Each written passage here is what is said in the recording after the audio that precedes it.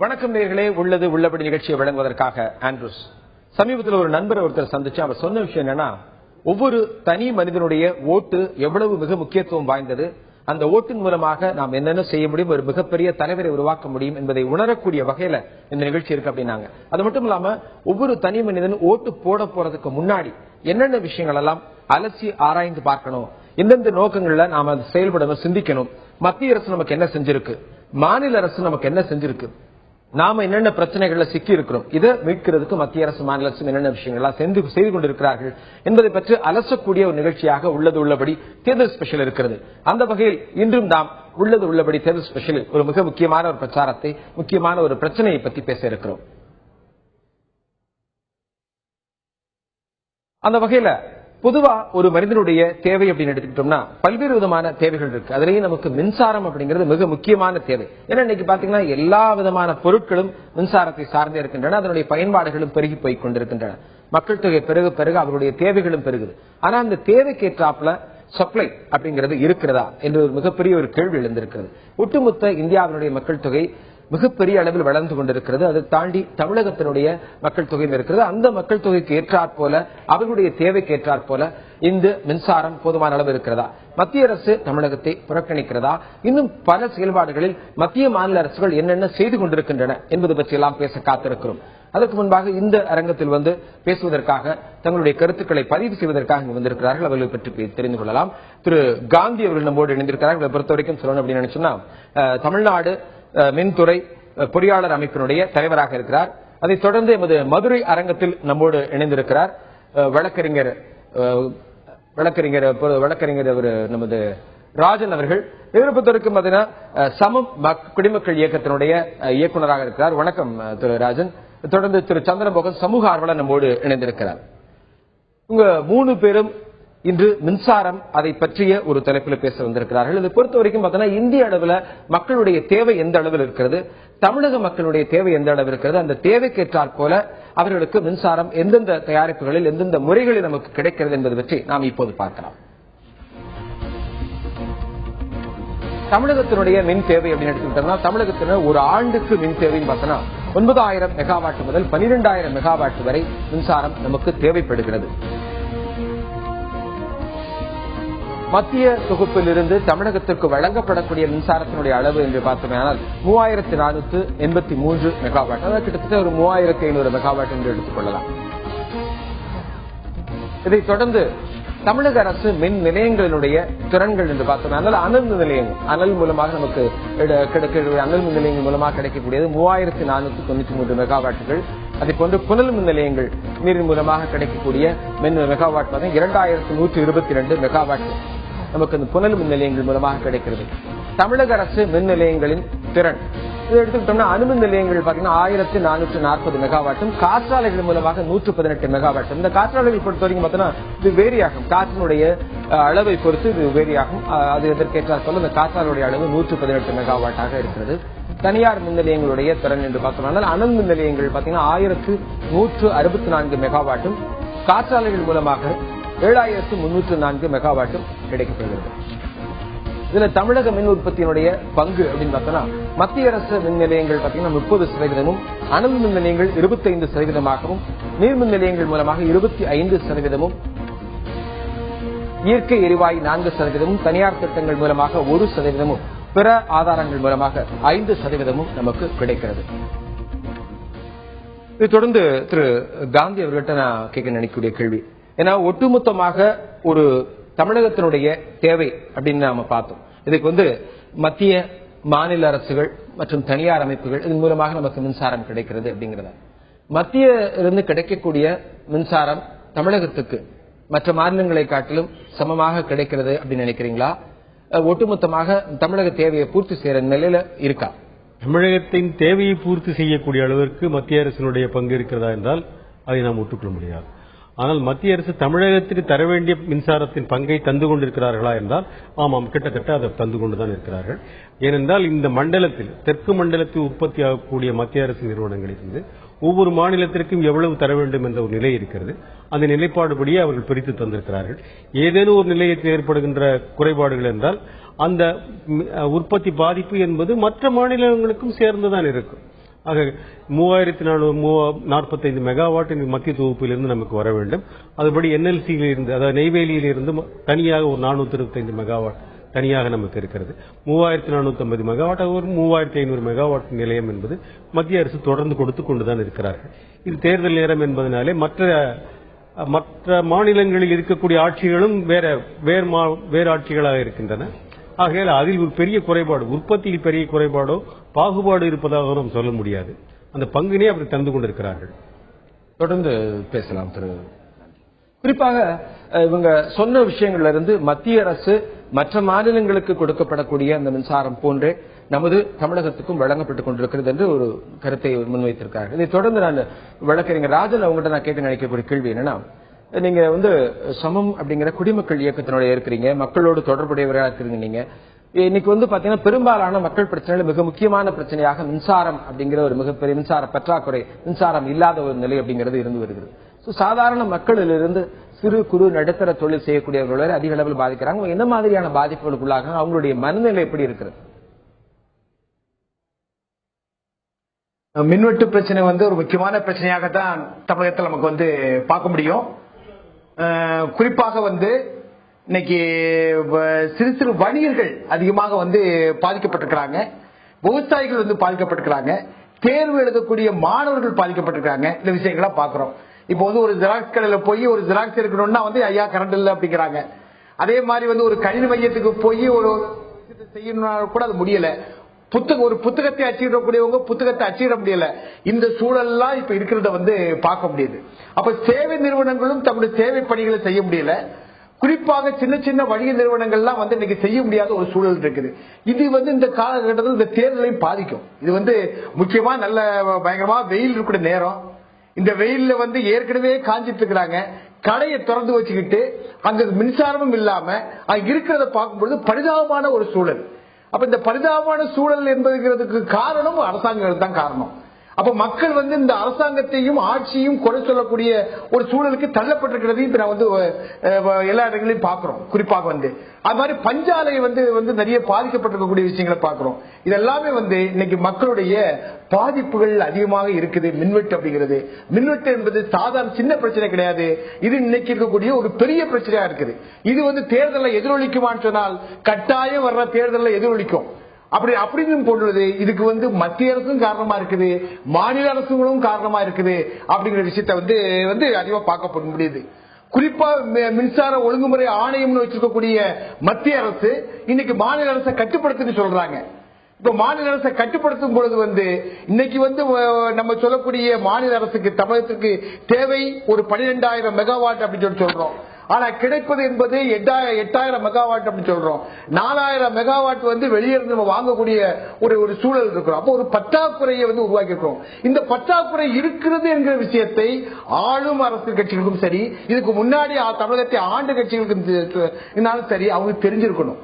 ஆனா அது இன்னைக்கு இதை பற்றி கவலைப்படாத, அதே நேரத்தில் அதை பற்றி மக்கள் எதுவுமே பேச மாட்டாங்க, நம்ம அதை சமாளிச்சுக்கலாம்னு நினைக்கிறாங்க. ஆனால் அந்த சமாளிக்கிறதெல்லாம் இந்த ஜனநாயகத்தினுடைய இந்த தேர்தலில் அது எதிரொலிக்க வாய்ப்புகள் இருக்குது. தொடர்ந்து பேசலாம் திரு ராஜன். இதை தொடர்ந்து நான் சமூக ஆர்வலர் சந்திரமோகன் அவங்ககிட்ட நான் கேட்க நினைக்கிறேன். இவங்க நம்ம சேலம் அரங்கத்தில் நம்மோடு இணைந்திருக்கிறார்கள். இப்ப தமிழகத்தினுடைய ஒரு ஒட்டுமொத்த தேவை என்ன பார்க்கும்போது ஒரு 12,800 மெகாவாட் தேவைப்படுகிறது. இதுல நமக்கு மற்ற தொகுப்பின் மூலமாக கிடைக்கிறது ஒரு 11,000 நமக்கு சப்ளை கிடைக்கிறது. 1,800 ஒரு பற்றாக்குறையாக இங்க பார்க்கப்படுகிறதுன்னு வச்சுக்கோங்க. சோ இது நமக்கு ஒரு ஆய்வு மூலமாக நமக்கு மாறுபட்டு வருது. இது டிபெண்ட்ஸ் அப்பான். சோ இந்த ஒரு நிலையில உங்களுடைய நிலை என்னவாக இருக்கிறது? ஒரு சமூக ஆர்வலராக நிறைய வர்த்தக நிறுவனங்கள் குறிப்பா சிறு குறு தொழில் செய்பவர்கள் பாதிக்கப்பட்டுக் கொண்டிருக்கிறார்கள். இதை நீங்க எப்படி பாக்குறீங்க? தமிழ்நாட்டினுடைய தினசரி நுகர்வு என்பது 17,700 மெகாவாட்டாக உயரலாம் என்று கடந்த டான்ஜெட்கோ 38வது போர்டு கூட்டத்திலே அவர்கள் மதிப்பிட்டிருந்தார்கள். அதாவது அவருடைய எதிர்பார்ப்பு 15,700 மெகாவாட் வரைக்கும் நுகர்வு இருக்கும் என்பது. ஆனால் தமிழ்நாட்டில் கிடைக்கக்கூடிய அரசு துறைகளோ பொதுத்துறைகளோ மத்திய தொகுப்பில் இருந்தோ தனியாரிடமிருந்தோ கிடைக்கக்கூடியது என்று ஒரு 10,500 மெகாவாட் இருப்பதாகவும் 4,000 மெகாவாட் பற்றாக்குறை ஏற்படும் என்றும் சுட்டிக்காட்டியிருந்தார்கள். இது கடந்த ஆண்டு ஜூன் மாதம் 28ஆம் தேதி டான்ஜெட்கோனுடைய அந்த மதிப்பீட்டிலே வந்திருந்தது. இதை எதிர்பார்த்துதான் எதிர்கால மின்வெட்டை தவிர்ப்பதற்காக ஒரு 1208 மெகாவாட்டை ஒரு சில நிறுவனங்களிடமிருந்து டிபி பவர், ஜிந்தால், இந்து பாரத் போன்ற நிறுவனம் வாங்குவதாக தமிழக அரசு முடிவெடுத்தது. அதற்கு பிறகு மீண்டும் ஒரு 2222 மெகாவாட்டை 4 மாதங்கள் கழித்து வாங்கிக் கொள்வது என முடிவெடுத்தது. பிரச்சனை என்னவென்றால், இந்த மின்சாரம் வெளியிலிருந்து வாங்கி நிலைமைகளை சமாளிப்பது என்பது வாங்கப்பட்டதா என்ற கேள்விக்கு இதுவரையிலும் நம்மால் விடை காண முடியவில்லை. பிரச்சனை என்னவென்றால், இந்திய பவர் கிரிட் கார்ப்பரேஷன் வட இந்தியாவிலிருந்து தென்னிந்தியாவினுடைய மின் தொகுப்பிற்கு அனுப்ப வேண்டிய அந்த மின் தொடரமைப்பு என்பது பூர்த்தி செய்யப்படவில்லை என்ற பிரச்சனை நிலவுகிறது. மின் தொடரமைப்பு கட்டமைக்கப்படாத காரணத்தினால் அங்கிருந்து வாங்க வேண்டிய மின்சாரம் என்பது வாங்கப்படாத ஒரு நிலைமை நிலவுகின்றது. ஏற்கனவே கடந்த ஆண்டு டிசம்பர் மாதம் திட்டங்களுடைய இயக்குனர், இந்திய பவர் கிரிட் கார்ப்பரேஷன் திட்டங்கள் இயக்குனர் ஐஎஸ் ஜா அவர்கள் என்ன தெரிவித்திருந்தார்கள் என்றால், ஜனவரி 2014க்குள் நாங்கள் 1000 மெகாவாட் மின்வெளி தளத்தை கட்டி அமைத்து விடுவோம் என்று சொல்லியிருந்தார். ஏற்கனவே அவங்களுடைய திட்ட காலம் என்பது செப்டம்பர் 2014 தான். ஆனால் தமிழ்நாட்டினுடைய நிலைமைக்கு ஏற்ப நாங்கள் செய்வோம் என்று சொன்னார். ஆனால் இதுவரையிலும் அது முடிந்தபாடாக தெரியவில்லை. மற்றொரு மின்வெளி திட்டம் தனியாருடைய பங்களிப்பாக மார்ச் 2014 வருவதாக சொன்னார்கள். அதுவும் கூட வரவில்லை.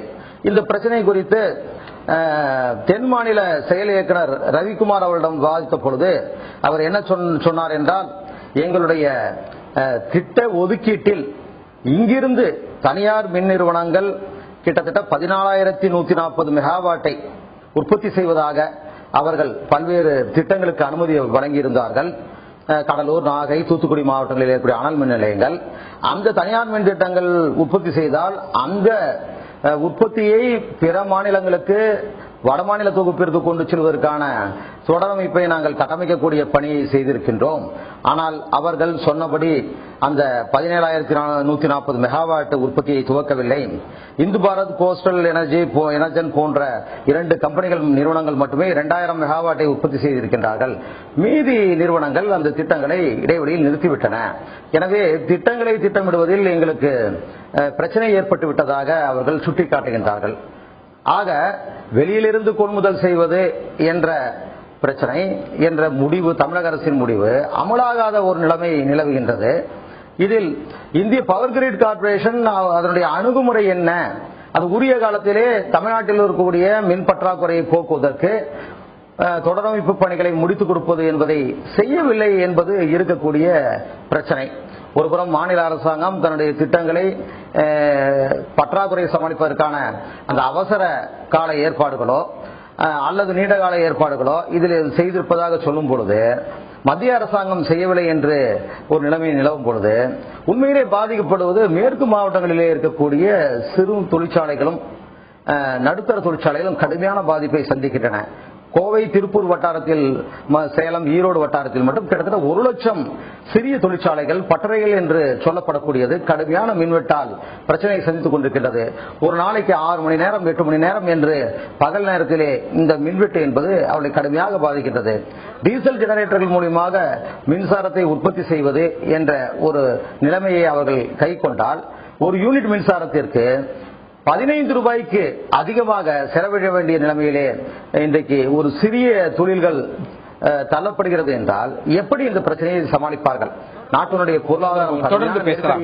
குறிப்பாக அவர் பல கருத்துக்களை முன்வைத்தார். இந்த ஒரு நிலையில் அவர் சொன்ன மிக முக்கியமான ஒரு கருத்துனா, அனல் மின் நிலையம், புனல் மின் நிலையம், அணுமின் நிலையம், இதை தாண்டி காற்றாலை, இது போன்ற மின் உற்பத்தி செய்யக்கூடிய ஒரு நிறுவனங்களிலிருந்து நமக்கு மின்சாரம் கிடைக்கிறது. அதையும் தாண்டி பற்றாக்குறையாக நிலவுகிறது. இந்த பற்றாக்குறை எப்படின்னா ஒவ்வொரு தனி மனிதனையும் பாதிக்கிறது. அது குறிப்பாக சிறு குறு நடுத்தர தொழில் செய்யக்கூடியவர்கள் அதிக அளவில் பாதிக்கிறது என்ற ஒரு கருத்தை முன்வைத்திருக்கிறார்கள். அவர் குறிப்பா முன்வச்சதுல பாத்தீங்கன்னா, அவர் அது போன்ற ஒரு டீசலையோ மற்ற ஒரு மின் ஆக்கிகளை வைத்து அவர் தயாரிக்கும் போது அது ஒரு பொருளுடைய விலையில 15 ரூபாய் கூடுதலாக மின்சார கட்டணத்தை விட அதிக அளவில் செலவு செய்யக்கூடிய ஒரு கணக்கு கணக்கீட்டை அவர் தெரிவித்தார். இதைத் தொடர்ந்து மின் பற்றாக்குறை தமிழகத்தில் உள்ள மக்களை எந்த அளவு பாதிக்கிறது, அவர்களுக்கு மாற்று வழியாக மத்திய மாநில அரசுகள் என்ன செய்து கொண்டிருக்கின்றன, என்ன செய்ய போகின்றன என்பது பற்றியெல்லாம் பேச காத்திருக்கிறோம்.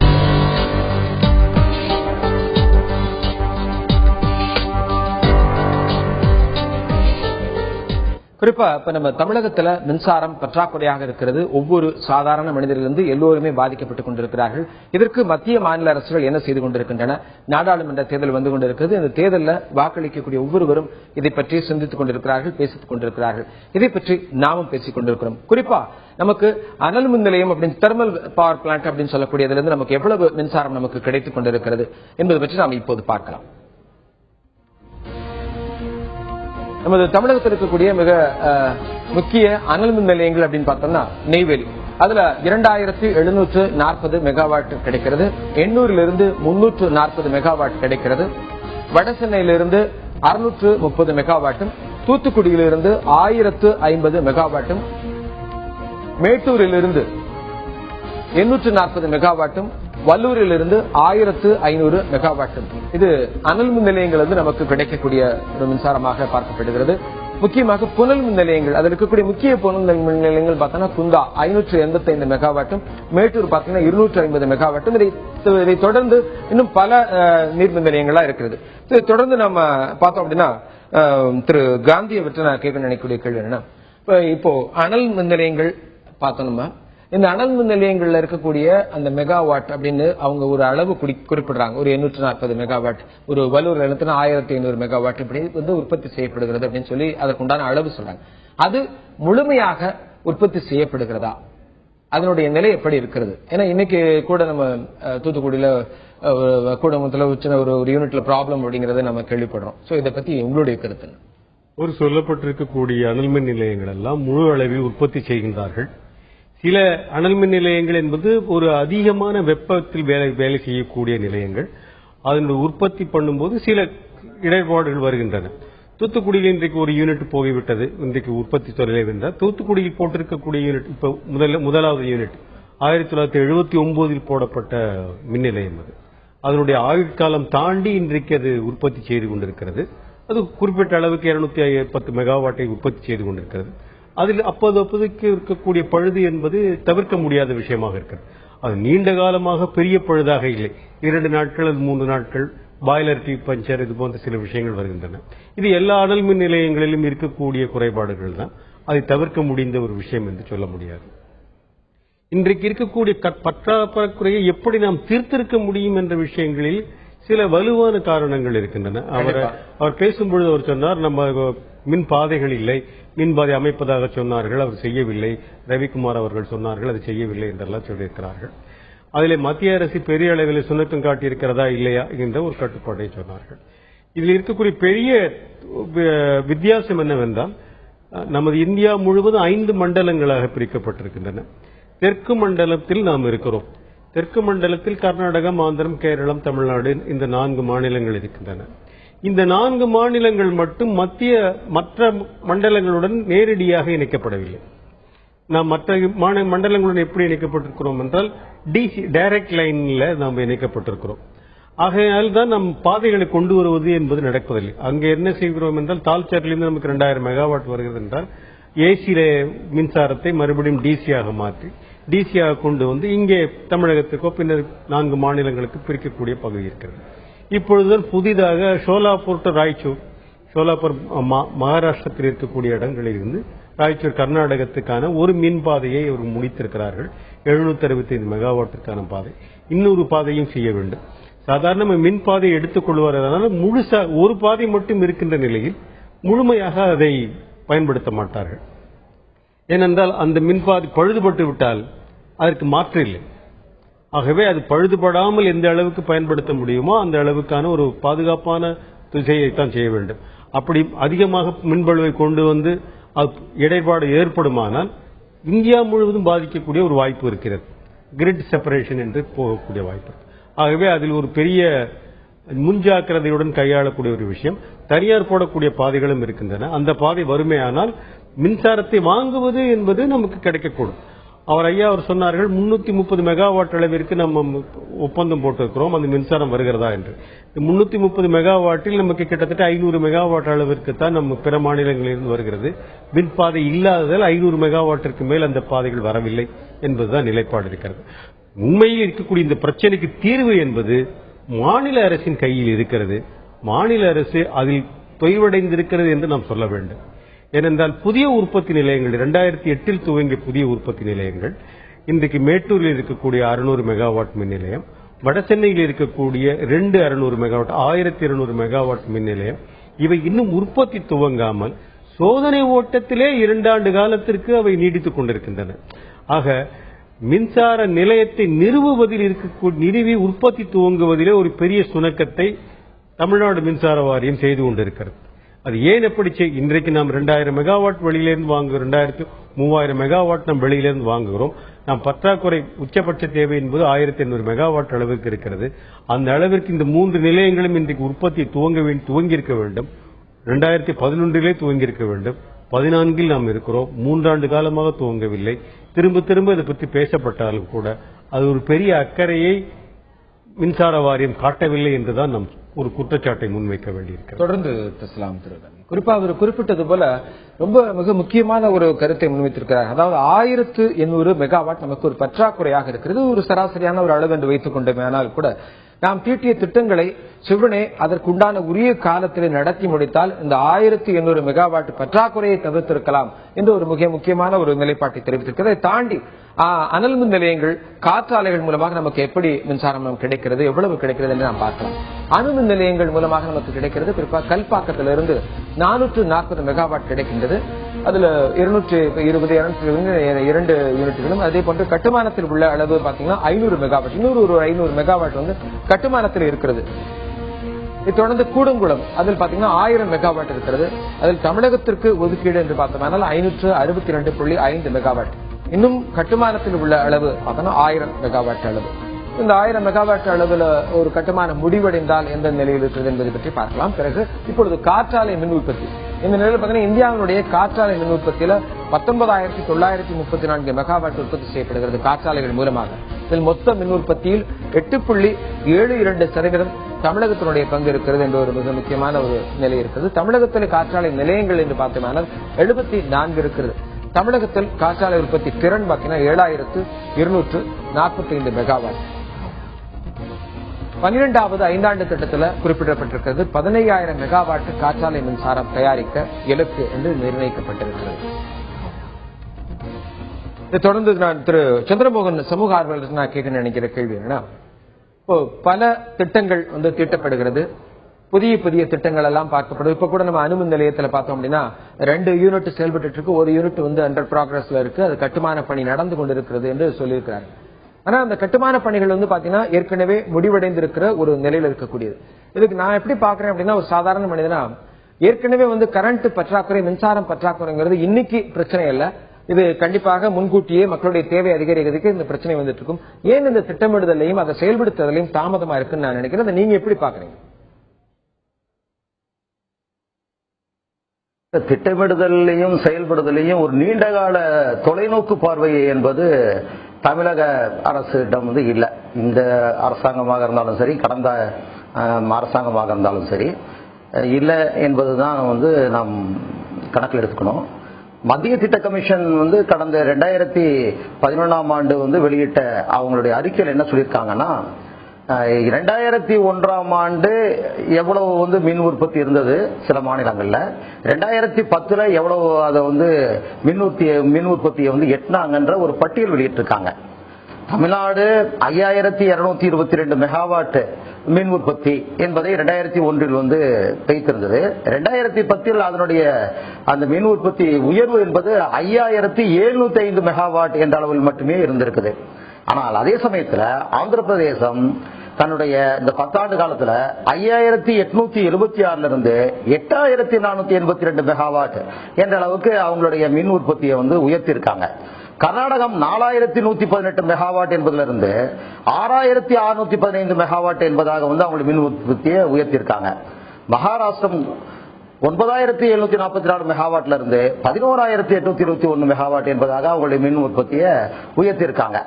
இப்ப இதை நம்ம ஒப்பிட்டு பார்க்கும் பொழுது இந்த மாநிலங்கள் எல்லாம் தொலைநோக்கு பார்வையோட எதிர்கால மின் நுகர்வு எந்த அளவுக்கு இருக்கும் அப்படின்றத திட்டமிட்டதாக தெரிகிறது. ஆனால் நம்ம பொறுத்த வரைக்கும் அந்த மாதிரியான ஒரு நீண்டகால பார்வை என்பது இல்லை அப்படின்றது தெரியுது. கிட்டத்தட்ட புதிய திட்டங்கள் எதுவுமே தீட்டப்படல. பழைய திட்டங்களிலும் கூட ஏற்கனவே ஐயா சுட்டிக்காட்டியது போல, காந்தி அவர்கள் சுட்டிக்காட்டியது போல நம்முடைய அமலாக்கத்திலையும் பிரச்சனைகள் இருக்கு. உதாரணமாக செய்யூர்ல ஒரு 4000 மெகாவாட் ஒரு திட்டம் அவர்கள் 2009 இறுதி செய்யப்பட்டது.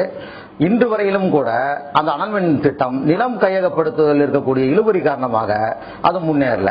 அதே போல திருவள்ளூர் காட்டுப்பள்ளியில 800 மெகாவாட் 2 மின் நிலையங்கள் திட்டம் அப்படி நின்றுட்டு இருக்கு. அதே போல பிஹெச்இஎலோட இருக்கக்கூடிய கூட்டு ஒரு நிறுவனமான உடன்குடி மின் நிலையம் அதுவும் கூட ஒன்றும் அதனுடைய வேலைகளை துவக்கின மாதிரி தெரியல. இதற்கு அப்பால் ஒரு 60,000 கோடி வரை நம்முடைய மின் உற்பத்திக்கும் மின் தொடரமைப்பு பணிகளுக்கும் நிதி தேவைப்படுவது என்பதாகவும் இந்த பிரச்சனைகள் சொல்லப்படுது. தமிழக அரசாங்கம் இந்த பிரச்சனையை எப்படி எதிர்கொள்ளுது அப்படின்றத பார்க்கும் பொழுது கடந்த 2012ஆம் ஆண்டு மின் பற்றாக்குறை வந்த பொழுது சோலார் பாலிசி அறிவித்தார்கள். சூரிய சக்தி கொள்கை அறிவித்தார்கள். 2013ஆம் ஆண்டு ஒரு 1000 மெகாவாட்டும், 14இல் 1000 மெகாவாட்டும், 15இல் 1000 மெகாவாட்டும் என்று அறிவித்தார்கள். ஆனால் உண்மையிலேயே இந்த முயற்சி சுற்றுச்சூழல் சார்பான முயற்சியாக இருந்த போதிலும் கூட, ஆதரவான முயற்சியாக இருந்த போதிலும் கூட என்ன நடந்தது அப்படின்னா 1000 மெகாவாட்டை அவர்கள் பெற்றார்களா என்றால் இதுவரையிலும் பெறல. இது ஒரு புறம். நீர்மின் நிலையங்களை பொறுத்தவரை காவிரியில் நமக்கு 2 நீர்மின் நிலையங்களுக்கு வாய்ப்பு இருக்குது. ஒன்று ராசிமணல், அதில் 320 மெகாவாட் திட்டம் ஒன்று இருக்கு. இன்னொன்று ஒகேனக்கல் 120 மெகாவாட் திட்டம் இருக்கு. இது ஏற்கனவே நமக்கு இருக்கக்கூடிய தமிழகம் கர்நாடகத்துக்கு இடையில் இருக்கக்கூடிய காவிரி நீர் நதிநீர் பிரச்சனை காரணமாக சுப்ரீம் கோர்ட்ல ஒரு வழக்கு கீழே அப்படியே நிலுவையில இருக்கு. ஏன்னா கர்நாடகத்தில் சிவசமுத்திரம் நீர்மின் நிலைய திட்டத்தில் 345 மெகாவாட்டும், மேற்கடட்டு நீர்மின் நிலைய திட்டத்தில் 400 மெகாவாட்டும் அவர்கள் 2 திட்டத்தை முன்வைத்து ஆக மொத்தம் என்ன ஆயிடுச்சுன்னா இந்த நீர்மின் நிலைய திட்டங்கள் அமலுக்கு வருவதுன்றது நடக்காம போயிடுச்சு. தொடர்ந்து பேசலாம் திரு சந்திரமோகன், தொடர்ந்து பேசலாம். இதை தொடர்ந்து அவர் குறிப்பிட்ட ஒரு பல கருத்துக்களை முன்வைத்தது சோலார் பவர் சிஸ்டம், அந்த சூரிய ஒளி மூலமாக மின்சாரம் தயாரிக்கக்கூடிய ஒரு திட்டத்திற்காக தமிழக அரசு ஒரு திட்டத்தை கொண்டு வந்திருக்கிறது. 13இல் 1000 மெகாவாட்டும், அதே போன்று 14, 15இல் 1000 மெகாவாட் என்று. இது சார்பான ஒரு கேள்வி நான் வழக்கறிஞர் ராஜன் அவங்ககிட்ட நான் கேட்க நினைக்கக்கூடிய கேள்வி என்னன்னா, இந்த சோலார் பவர் சிஸ்டம் அது மூலமாக இந்த மின் பற்றாக்குறை ஒரு 1200 மெகாவாட்டும், அதை தொடர்ந்து வெளி மாநிலங்களிலிருந்து வாங்கக்கூடிய 3000 மெகாவாட், ஏன்னா அது நம்ம விலை கொடுத்து தான் வாங்குறோம். சோ மொத்தம் 4200 மெகாவாட்டுக்கு உண்டான இந்த பற்றாக்குறையை, இந்த ஒரு பிரச்சனை, இந்த செலவை நாம இந்த சோலார் பவர் சிஸ்டம் மூலமா சரி செய்ய முடியுமா? அதற்குண்டான முயற்சி இருக்கா? அதை பத்தி உங்களுடைய கருத்து என்ன? கட்டாயம் மின் பற்றாக்குறையை சோலார் மூலமாக, சூரிய ஆற்றல் மூலமாக சரி கட்ட முடியும். இன்னொன்னு நமக்கு காற்றாலை மூலமாகவும் சரி கட்ட முடியும். இன்னைக்கு 40,000 மெகாவாட் நமக்கு கிடைக்கிறது அப்படிங்கிறது இன்னைக்கு இந்தியாவிலே அதிகமான மெகாவாட் காற்றாலை மூலமா கிடைக்கிறது நம்ம தமிழகத்துல தான் கிடைக்குது. இன்னைக்கு காற்று இந்த மாநிலத்துக்கு தான் சொந்தம், காற்று இந்த மாநிலத்துக்கு தான் சொந்தம். இப்போ தண்ணீரை பத்தி பேசிருக்கோம் பாருங்க, இது கர்நாடகத்துக்கு, இது கேரளாவுக்கு அப்படின்னு சொல்லிட்டு. அது மாதிரி காற்றை பத்தி பேச முடியாது. காற்று என்பது பொதுவான விஷயமா இருக்குது. இந்த காற்று தமிழகத்தில் அதிகமான நல்ல காற்று கிடைக்குது. அதனால காற்றாலை மின்சாரம் என்பது ஒரு முக்கியமான விஷயமா இருக்கிறது. அதோடு சேர்ந்து சூரிய ஆற்றல் என்பது அதுதான் ஒரு சரியான விஷயமாக இருக்கும். சூரிய ஆற்றல் மூலமாக இன்னைக்கு அரசு நிறுவனங்கள்லாம் இயங்குவது, அதே போன்று வீடுகளுக்கு சூரிய ஆற்றலுடைய மின்சாரத்தை கொடுப்பது, அதற்கான ஒரு எதிர்கால முயற்சியை இந்த அரசாங்கங்கள் எடுக்க வேண்டியது ரொம்ப அவசியம். ஆனா ஏன் எடுக்காம இருக்காங்க அப்படின்னா, குறிப்பா 1990 தனியார் மயம், இன்னைக்கு நிறைய விஷயங்கள் எல்லாம் தனியார் மயமாக்கக்கூடிய ஒரு சூழல்ல பார்த்துட்டு இருக்கிறாங்க. இன்னைக்கு நம்மளோட மின்சார உற்பத்திக்கு ஆகுற செலவு என்பது ₹1 2 செலவாகுது. ஆனா வெளியிருந்து மின்சாரத்தை அவங்க வாங்கும் பொழுது ₹4 14 அதிகமாக கொடுத்து மின்சாரத்தை வாங்கிட்டு இருக்கிறாங்க.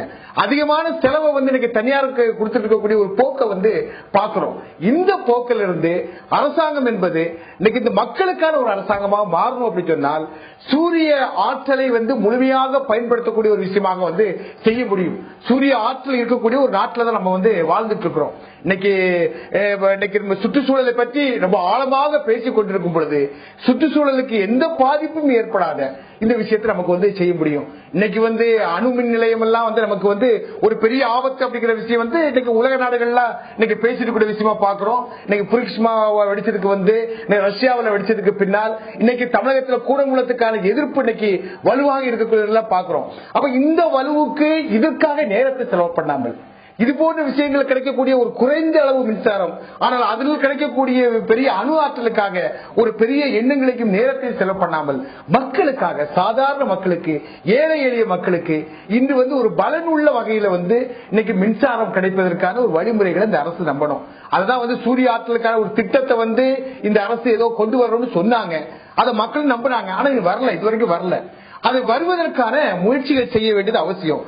அதுல மின்சார ஒழுங்குமுறை ஆணையமும் வந்து மத்திய அரசும் அதற்கு சில இடங்கள்ல தடையாக இருக்கிறதாக நாம வந்து சில அறிக்கைகளும் பார்க்கிறோம், சில விஷயங்கள் பார்க்கிறோம். அப்படி தடையாக இருந்தால் அது போன்ற ஆணையங்கள் இந்த விஷயத்தை மாநில அரசுகள் தன்னிச்சையாக இயங்குவதற்கு, அவர்கள் தனியாக வந்து முடிவெடுப்பதற்கான அதிகாரத்தை கொடுக்கணும். இது வந்து என்னன்னா மக்களுக்கான அரசாங்கங்களா தான் இருக்கணுமே ஒழிய ஒரு மத்திய அரசு என்று ஒரு அரசு இருந்து கொண்டு எல்லா விஷயத்தையும் தனக்குள்ள கட்டுப்படுத்திக் கொண்டு தாராளமயம்ங்கிற பேர்ல எல்லா பெரிய பெரிய முதலாளிக்கு கொடுத்து கொண்டு சாதாரண குறு விவசாயிகளையும் சாதாரண வணிகர்களையும் அதை பின்தள்ளக்கூடிய ஒரு சூழலை வந்து செய்யக்கூடாது. அந்த சூழல் தொடர்ந்து பேசலாம். வழக்கறிஞர் ராஜன் அவர்கள் அவர் குறிப்பிட்டது போல இன்னைக்கு சூரிய ஒளி மின்சாரம் என்பது மிக முக்கியமான மின்சாரமாக இருக்கிறது. அதை முழுமையாக பயன்படுத்தி மக்களுக்கு வழங்க வேண்டும். அதே போன்று காற்றாலைகளை அதிகப்படுத்த வேண்டும் என்ற கருத்து முன்வைத்திருக்கிறார். காற்றாலை பொறுத்தவரைக்கும் சொல்லும் போது அது ஒரு குறிப்பிட்ட காலங்களில் மட்டுமே வரக்கூடியது, ஆண்டுக்கு ஒரு 3-4 மாதம் மட்டுமே வரக்கூடியது. அதை வைத்து மின்சாரம் தயாரிக்க வேண்டும் என்ற ஒரு கருத்தை முன்வைத்திருக்கிறார்கள். இதை தொடர்ந்து இன்னும் பல பிரச்சனைகள் இருக்கிறது, அதை நாம் பேச காத்திருக்கிறோம்.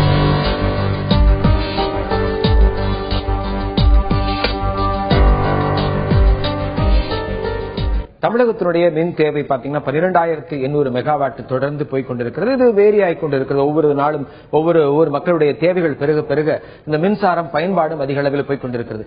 இந்த நிலையில் மத்திய அரசு, மாநில அரசு நமது மக்களுடைய மின்சார தேவையை பூர்த்தி செய்ய என்னென்ன செய்து கொண்டிருக்கிறார்கள் என்பது பற்றியெல்லாம் நாம் பார்த்துக் கொண்டிருக்கிறோம். இதை பொறுத்தவரைக்கும் மக்கள் ஒட்டுமொத்தமாக பிரதான பிரச்சனையாக என்ன பார்க்கிறார்கள் என்பதை நாம் இப்போது பார்க்கலாம். அறிவிக்கப்படாத மின்வெட்டால் முடங்கும் தொழிற்கூடங்கள். ஏன்னா இத்தனை மணிக்கு மின்வெட்டு இருக்கும் அப்படிங்கறதே சொல்லாத அளவுக்கு அது மின்வெட்டு தொடர்ந்து கொண்டிருக்கிறது. அது ஒரு பக்கம் இருக்க, கோவை, திருப்பூர் மாவட்டங்களில் தொழில் உற்பத்தியும் அனைத்து மாவட்டங்களிலும் விவசாயமும் கடுமையாக பாதித்துக் கொண்டிருக்கின்றது. மத்திய தொகுப்பிலிருந்து மின்சாரம் கிடைப்பதில் சிக்கல். வெளி மாநிலங்களிலிருந்து மின்சாரம் வாங்கினாலும் கொண்டு வருவதற்கான மின் வழித்தடம் இல்லை என்ற ஒரு பிரதான பிரச்சனையாக பார்க்கப்படுகிறது. இதைத் தொடர்ந்து எதிர்கால தேவையை கருத்தில் கொண்டு மின் உற்பத்தி திட்டங்களுக்கு மாநில அரசுகள் போதிய முன்னுரிமை அளிக்காதது. மின் உற்பத்திக்கான ஆதாரங்கள் ஏராளமாக இருந்தும் அதை பயன்படுத்திக் கொள்ளும் வகையிலே கட்டமைப்பு வசதிகள் நம்மிடம் இல்லை என்று ஒரு மிக முக்கியமான ஒரு பிரச்சனை சொல்லியிருக்கிறார். தொடர்ந்து புதிதாக அறிவிக்கப்பட்ட 6 மின் திட்டங்களை செயல்படுத்துவதில் காலதாமதம். இதை தொடர்ந்து இன்னைக்கு சாதாரண நம்ம கோவில் திருவிழா எல்லா இடங்களும் பார்க்கும்போது பாத்தீங்கன்னா இந்த மின்சாரம் அப்படிங்கிறது அதிக அளவில் பயன்படுத்துறது. இதை எப்படி பாக்குறாங்க அப்படின்னா மின் திருட்டு, இலவச மின்சாரம், இது எல்லாமே பாத்தீங்கன்னா நம்ம மக்கள் வந்து தவறாக பயன்படுத்துறாங்க அப்படிங்கிற ஒரு கருத்து இருக்கு. இதை தாண்டி அனல் மின் நிலையங்களில் அடிக்கடி ஏற்படும் பழுதுகள் நம்ம அடிக்கடி செய்தித்தாள்ல பார்க்கக்கூடிய ஒரு விஷயமாவே இருக்கு. அனல் மின் நிலையங்கள்ல நாம அடிக்கடி பழுது அடைந்திருக்கிறது அப்படிங்கறத பாக்குறோம். மின்சாரம் திருடப்படுகிறது என்று பார்க்கிறோம். நம்ம இதுக்கெல்லாம் பல்வேறு விதமான காரணங்கள் இருக்கிறது. இதை பற்றி நான் திரு காந்தி அவர்கிட்ட நான் கேட்க கேள்வி என்னன்னா, இப்போ மின்சாரம் ஒரு பக்கம் பாத்தீங்கன்னா மின்சார கனவுன்னு படம் வந்தது பார்த்திருப்பாங்க. ஆனா இப்ப மின்சாரமே நமக்கு கனவாய் போயிருமோங்கிற ஒரு நிலைமையில இருக்கு. இந்த நிலைமையில இருக்கும்போது மின்சாரங்கள் வரக்கூடிய மின்சாரம் தட்டுப்பாடா இருக்கு, கிடைக்கவே இல்லை. ஆனா பாத்தீங்கன்னா மின் கட்டணம் வந்து பாத்தீங்கன்னா அதிக அளவுல வசூலிக்கப்படுது அப்படிங்கிற ஒரு நிலை இருக்கிறது. இதுலயும் பாத்தீங்கன்னா அந்த வசூல் பண்ணக்கூடிய அமௌண்ட் வந்து வெளி மாநிலங்களுக்கு நம்ம வாங்குற அமௌண்ட், பிரைவேட்ல இருந்து நம்ம வாங்குற அமௌண்ட்டுக்கும் அதிக அளவுல அந்த அமௌண்ட்டுக்கு அங்க போகுது அப்படிங்கிற ஒரு நிலை இருக்கிறது. இதை நீங்க எப்படி பாக்குறீங்க? உங்களுடைய கருத்து என்ன? தனியார் மின்சாரம் என்பது நிச்சயமாக தாங்கக்கூடிய விலையில் இல்லை. நாம் இன்றைக்கு கொள்முதல் செய்து கொண்டிருக்கக்கூடிய 2500 மெகாவாட்டில் ஒரு 740 மெகாவாட் அளவுக்கான மின்சாரம், தனியார் மின்சாரத்தின் விலை என்பது கிட்டத்தட்ட 9 ரூபாய் 51 பைசாவில் தொடங்கி 14 ரூபாய் 98 பைசா வரைக்கும் இருக்கிறது. அதாவது சராசரி விலை என்பது 11 ரூபாய் அளவுக்கு வருகிறது. ஆக 11 ரூபாய்க்கு நாம் யாருக்கும் விற்பதில்லை. இந்த மின்சாரத்தை நாம் கொண்டு வந்து கம்பிகளின் மூலமாக கொண்டு வந்து பயனீட்டாளர்களுக்கு போகும் பொழுது அவரிடமிருந்து கிடைக்கக்கூடிய ஒரு சராசரி விலையை எடுத்துக்கொண்டு பார்த்தால் கூட ஒவ்வொரு நாளும் நாம் 20 கோடி ரூபாய் அளவுக்கு மின்சார வாரியம் இந்த 4 பேரிடமிருந்து வாங்கக்கூடிய மின்சாரத்திற்காக மட்டுமே, அதாவது மொத்த மின்சார அளவில் எடுத்துக்கொண்டால் மிக மிக குறைவான ஒரு பகுதியே அது. நமக்கு 12,500 மெகாவாட்ங்கிறது 700 மெகாவாட் என்பது ஒரு பெரிய அளவு அல்ல. அதுக்காகவே நாம் 20 கோடி ரூபாய் ஒவ்வொரு நாளும் இழந்து கொண்டக்கூடிய அளவுக்கு தனியார் மின்சாரம் இருக்கிறது. வெளி மாநிலங்களிலிருந்து நாம் வாங்கக்கூடிய மின்சாரத்தினுடைய விலையும் கூட இன்றைக்கு 4 ரூபாய் 91 பைசா என்று சொல்லியிருக்கிறார்கள். ஆனால் அது ஆண்டுதோறும் உயரக்கூடிய மின்சாரம். இன்னும் 2 ஆண்டுகளுக்கு பிறகு அது 6 ரூபாய் 7 ரூபாய்க்கு கூட கூடும். இன்றைக்கு மின்சார வாரியம் ஒரு மின்சார கொள்முதல் செய்து இன்றைக்கு இருக்கக்கூடிய விலையிலேயே தர வேண்டும் என்றால் அது 3 ரூபாய் 50 பைசாவுக்கு மேல் இருக்கக்கூடிய விலையாக இருக்க முடியாது என்றுதான் ஒழுங்குமுறை ஆணையம் சொல்லியிருக்கிறது. ஆக 3 ரூபாய் 50 பைசா எங்கே இருக்கிறது, 11 ரூபாய் 12, 6 ரூபாய் என்பதே அதற்கு ஒப்பிடக்கூடிய விலையாக இல்லை. ஆக மின்சாரத்தின் விலை எதிர்காலத்தில் உயரச் செய்யும் என்பதை நிச்சயமாக நாம் மறுக்க முடியாத ஒரு உண்மை கூட. தனியார் மின்சாரம் என்றால் நிச்சயமாக விலை உயரமாகத்தான் இருக்கும். தனியார் மின்சாரம் வந்ததனால் வாங்க துவங்கியதால் தான் மின்சார வாரியம் தன்னுடைய நிதி ஆதாரத்தை இழந்தது.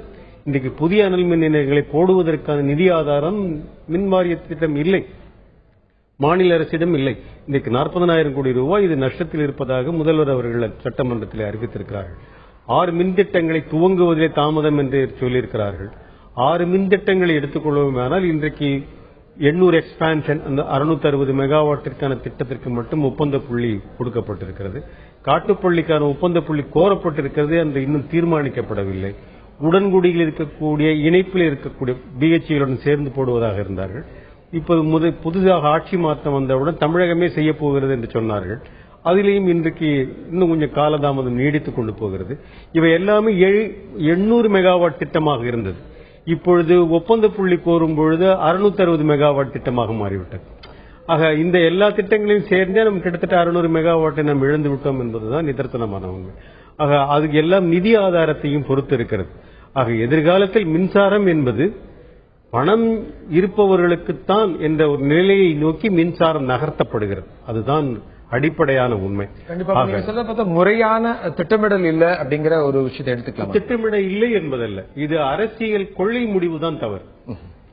மின்சாரம் என்பது நமக்கு கிடைக்கக்கூடிய அடிப்படையான ஒரு விஷயம். அதில் தனியாருக்கான லாபத்து நோக்கோடு இருக்கக்கூடிய ஒரு வணிக பொருளாக அதை மாற்றியிருக்க கூடாது.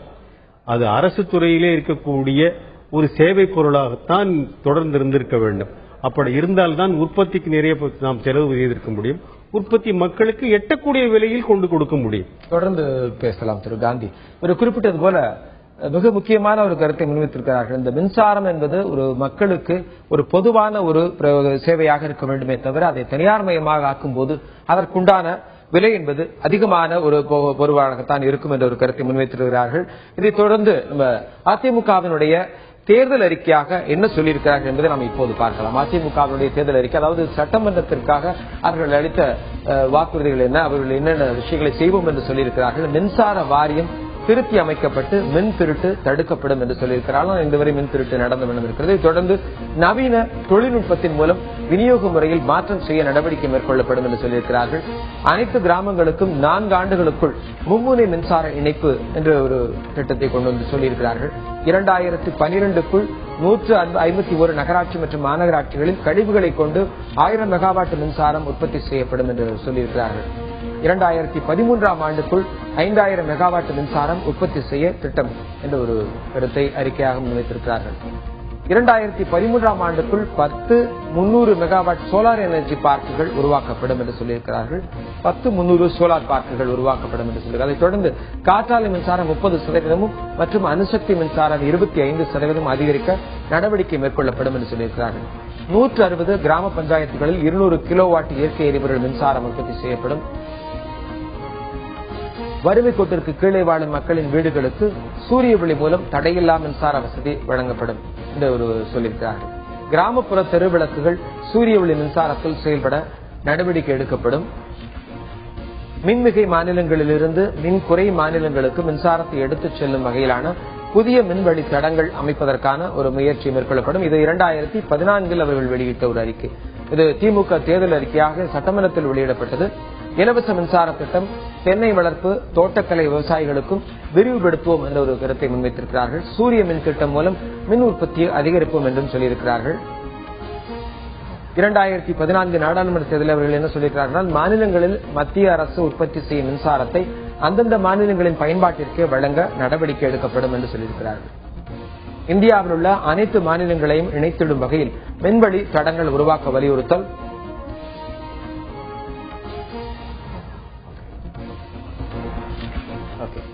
இது நாடாளுமன்ற தேர்தல் அறிக்கையாக நாம் பார்த்தோம். இதை பொறுத்த வரைக்கும் இந்த 2011 அதிமுகவினுடைய சட்டமன்ற தேர்தல் அறிக்கையை நாம் பார்த்தோம். இதை ஒட்டி நான் திரு சமூக ஆர்வலர் சந்திரமோகன் அவங்ககிட்ட நான் கேட்க நினைக்கக்கூடிய கேள்வி என்னன்னா, இந்த 2011 சட்டமன்ற தேர்தலில் அவங்க அறிக்கை வெளியிட்டிருந்தாங்க அதிமுக. இந்த அறிக்கையை இந்த 3 ஆண்டுகள்ல அவங்க நிறைவேற்றிருக்கிறாங்களா? அதுக்கு உண்டான முயற்சி என்ன மேற்கொண்டிருக்கிறாங்க?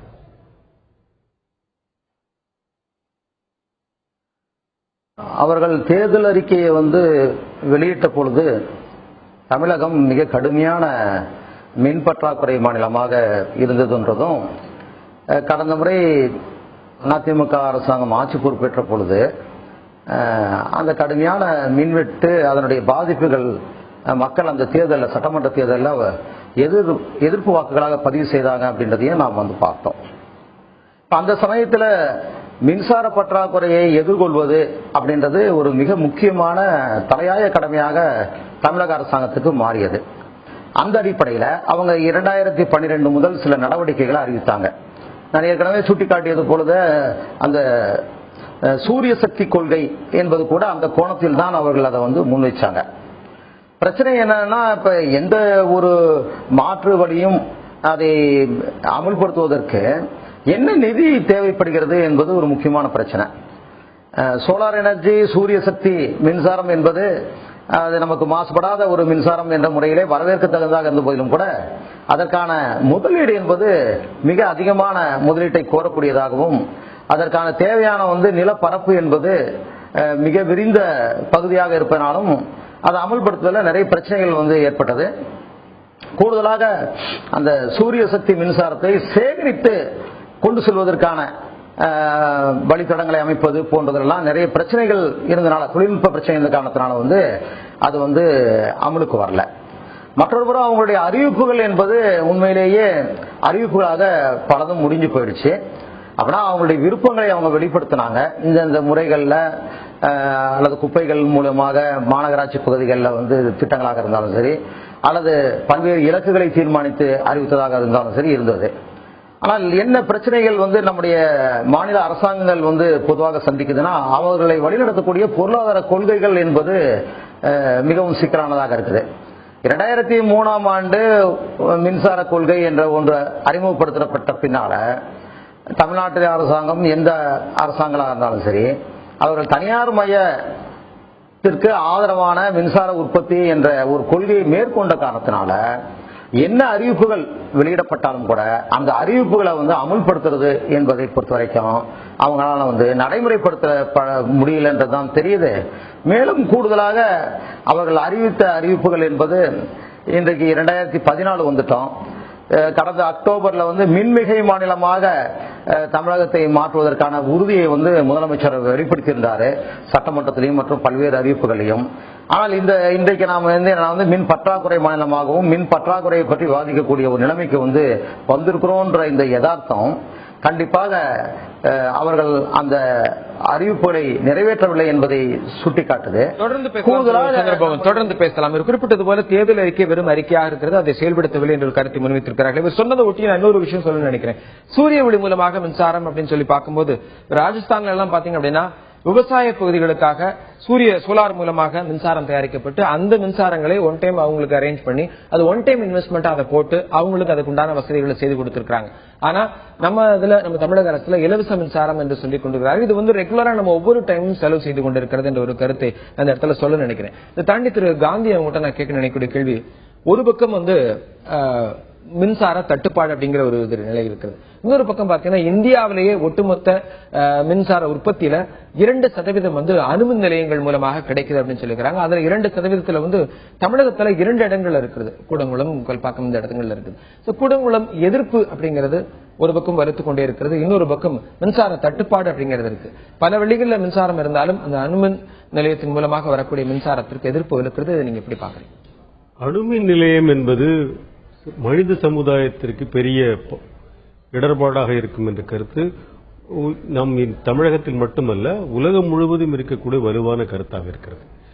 ரஷ்யாவில் ஏற்பட்ட செர்னோபில், அதே போல இன்றைக்கு இந்த அணுமின் நிலையங்களில் உபகரணங்களை விற்கக்கூடிய அமெரிக்காவில் கூட 3 மைல் ஐலண்டில் என்ற ஒரு இடத்தில் நடந்த விபத்துக்கு அப்புறம் 1979 நடந்த விபத்துக்கு அப்புறம் அவர் புதிய நிலையங்களை அமைக்கவில்லை. ஜப்பானில் நடந்திருக்கக்கூடிய அணு விபத்து தான் இன்றைக்கு மக்களுடைய கண்களை திறந்திருக்கிறது. நாம் அந்த அணுமின் நிலையத்தில் இருந்து நாம் கொண்டு வருவோம் என்றால் அந்த பகுதிகள் எல்லாம் உடனடியாக விபத்து என்று சொல்கிறார்கள். விபத்து என்று ஏற்பட்டால் சுற்றிலும் இருக்கக்கூடியவர்கள், சம்பந்தப்படாதவர்கள் எல்லாருமே தலைமுறையாக பாதிக்கின்ற ஒரு பெரிய ஒரு பாதிப்பை உருவாக்கக்கூடிய நிலையம். ஆகவே எதிர்காலத்தில் அணுமின் நிலையத்தை நம்பி நாம் போகுவோம் என்று நாம் சொல்ல முடியாது. வளர்ந்த நாடுகள் அணுமின் நிலையங்களை மூடிக்கொண்டிருக்கிறார்கள். வளர்கின்ற நாடுகள் தான் இன்றைக்கு அணுமின் நிலையங்களை போட்டுக் கொண்டிருக்கிறார்கள். இது வணிக ரீதியானதை தவிர மின்சார தேவைக்கான விஷயம் அல்ல. இது என்னுடைய பார்வை.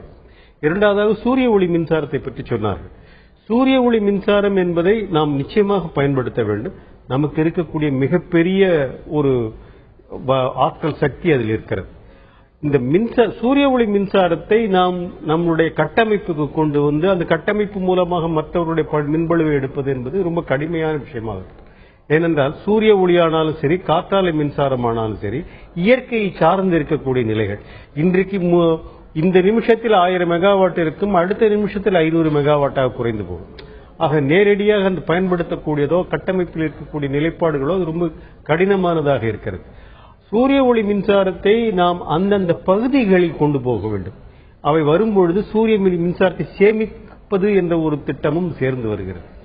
ஆக இந்த சூரிய ஒளி மின்சாரத்தை குறித்த விஷயத்தில் நாம் உபயோகப்படுத்தக்கூடிய இடத்திலேயே சூரிய ஒளி இருக்கிறது, அங்கேயே வைக்கக்கூடிய நிலையங்கள் தான் சரியாக இருக்க முடியும். இப்பொழுது நீங்கள் சொன்னீர்கள் ராஜஸ்தானில் இது போன்ற ஒரு நிலை. மத்திய அரசு 9000 விவசாய கிணறுகளுக்கான ஒரு மின் இணைப்பை கொண்டு வந்திருக்கிறார்கள். அதில் 4,80,000 ரூபாய் இருக்கிறது. 4 லட்சம் ரூபாய் அவர்கள் மானியமாக தருகிறார்கள். 80,000 ரூபாய் ஒரு விவசாயி போடுவார்களே, ஆனால் இந்த 5 HP-க்கான ஒரு மின் பழுக்கான அத்தனை உபகரணங்களையும் மத்திய அரசு தருகிறது. இதில் 7000 இணைப்புகள் இன்றைக்கு ராஜஸ்தானில் கொடுக்கப்பட்டிருக்கின்றன. 1000 மின் இணைப்புகளுக்கு மட்டும் இன்றைக்கு தமிழகத்துக்கு ஒதுக்கப்பட்டிருக்கிறது. தொடர்ந்து பேசலாம். உங்களுடைய கருத்துக்கு நன்றி. குறிப்பாக இவர் குறிப்பிட்டது போல மற்ற மாநிலங்கள் ராஜஸ்தானில் வழங்கப்பட்டிருக்கிறது, தமிழகத்தில் வழங்கப்படவில்லை, இன்னும் வழங்கப்பட்டிருக்க வேண்டும் என்ற ஒரு கருத்தை முன்வைத்திருக்கிறார்கள். இதை தொடர்ந்து நான் திரு ராஜனை வழக்குறீங்க, அவங்ககிட்ட நான் கேட்கக்கூடிய கேள்வி என்னன்னா, ஒட்டுமொத்தமாக மின்சாரம் என்பது மிகப்பெரிய பிரச்சனையாக இருக்கிறது. இந்த நிலையில இது நாடாளுமன்ற தேர்தல் வரவிருக்கிறது. இது எந்த அளவுக்கு பாதிக்கும் என்று நினைக்கிறீர்கள்? ஒவ்வொரு மக்களும் இந்த பிரச்சனையை எழுப்பிட்டுக் கொண்டிருக்கிறார்கள். அதை பற்றி உங்களுடைய கருத்து என்ன? சுருக்கமா சொல்லுங்க. இது மின்சாரம் என்பது வாழ்வாதாரத்துடைய ஒரு பிரச்சனை. இன்னைக்கு இருக்கக்கூடிய மின்சாரம் வந்து விவசாயத்துக்கு அடிப்படைக்கு காரணமா இருக்குது, கல்வியுடைய அடிப்படைக்கு காரணமா இருக்கிறது. மின்சாரம் இருந்தால் தான் வேலை வாய்ப்பு என்பது கிடைக்கிறது. அதனால ஒரு வாழ்வாதாரத்தை சீரழித்தால், வாழ்வாதார உரிமைகள் பாதிக்கப்பட்டால் எந்த அரசும் ஒரு ஜனநாயக அரசாக இருக்க முடியாது. அதனால் நாடாளுமன்ற தேர்தல் என்பது மின்சாரம் இனிமேல் பணக்காரர்களுக்கு தான் மின்சாரம், ஏழைகளுக்கு மின்சாரம் இல்ல, தனியார் மயமாக்கி இனிமேல் உலக பணக்காரர்கள் தான் இருக்க முடிகிற சூழல் இருக்கும் என்றால் இது ஒரு ஜனநாயக நாடாக இருக்க முடியாது. அப்ப இந்த ஆட்சி செய்யக்கூடிய நபர்களும் ஜனநாயகத்தின் நபராக இருக்க முடியாது. சட்டத்தின் அடிப்படையில் அவர்கள் தூக்கி எறியப்படுவாங்க. மக்களும் அந்த நாடாளுமன்ற தேர்தலில் சரியான விடையை கொடுப்பாங்க. இந்த தேர்தலில் தமிழகத்தையும் கட்டாயம் எதிரொலிக்கும். அதனால் அரசியல் கட்சிகளை சார்ந்தவர்கள் இதுல ஒரு கவனம் செலுத்த வேண்டியது அவசியம். குறிப்பாக வீடுகளுக்கும் மருத்துவமனைக்கும் 24 மணி நேரம் மின்சாரம் என்பது ரொம்ப அவசியமானது. கல்விக்கு மின்சாரம் என்பது மிகவும் அவசியமானது.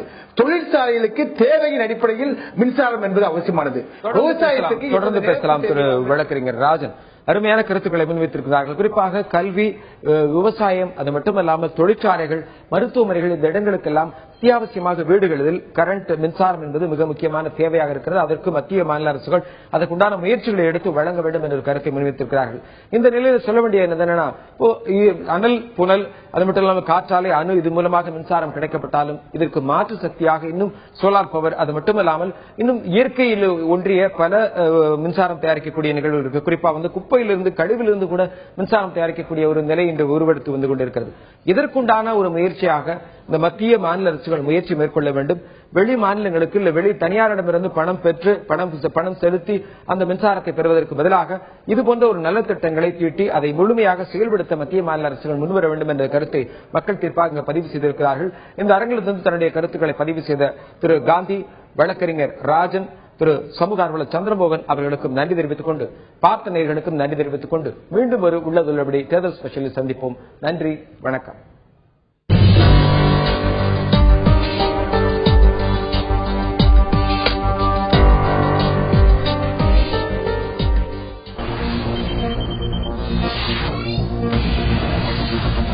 Thank you.